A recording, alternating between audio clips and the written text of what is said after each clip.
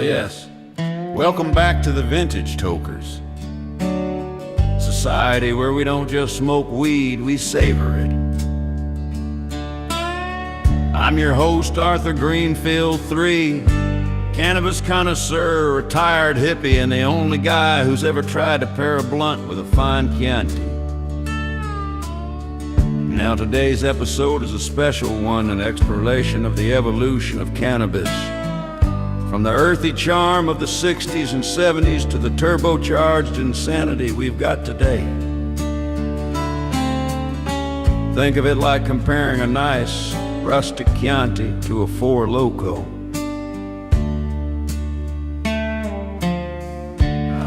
Let's begin with a classic. Acapulco Gold. This is the red wine of marijuana, notes of citrus, a hint of pine, and just enough THC to make you stare at a lava lamp for 6 hours straight. Back in the day, this was the gold standard. You'd pass a joint around a drum circle and suddenly understand what Jim Morrison was talking about. Or at least think you did.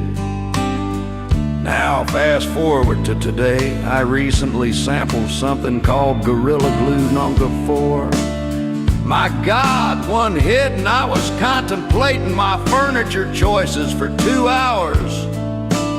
The flavor was rich, earthy, with a surprising diesel finish. And the high was, how do I put this? Aggressively spiritual. The kind of high where you either find inner peace or call your ex to apologize for things you haven't even done yet. Then there's Panama Red, the white wine of the cannabis world, spicy, uplifting, made you want to dance barefoot at Woodstock or at least on your neighbor's lawn. Today, I tried something called wedding cake. Now, you'd think that would be light and fluffy, right? No, sir. One puff and I was in a deep philosophical debate with my cat about why she refuses to pay rent. And can we talk about the presentation? Back then, your dealer handed you a Ziploc bag full of hope and sticks. Today's packaging has warning labels, flavor profiles, and more details than my last divorce settlement. I bought a pre-roll last week that came with a QR code and a Spotify playlist. Back then, our playlist was just whoever could remember all the lyrics to Scarborough Fair. Yes, stick a smooth, exotic experience with notes of spice and a body high that made you question the very fabric of time.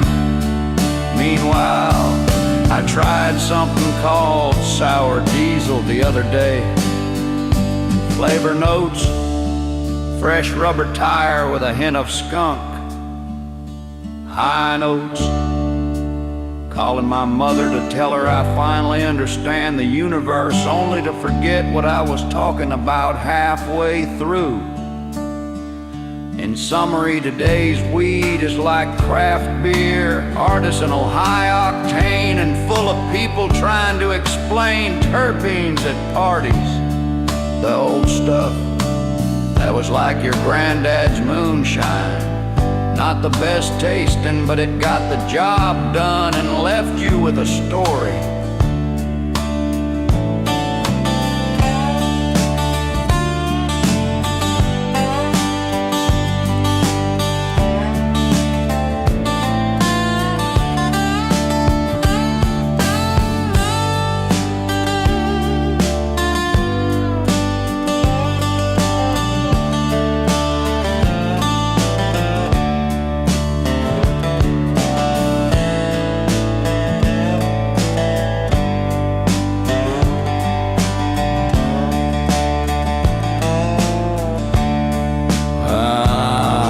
That's all for today's tasting, my friends. Join me next time when I try to figure out if my vaporizer has Bluetooth. Until then, keep it smooth, keep it groovy, and remember, if you can taste the diesel, you're probably too high to drive. The Vintage Tokers Society. Host Arthur Greenfield III, cannabis connoisseur, retired hippie, and self-proclaimed weed sommelier.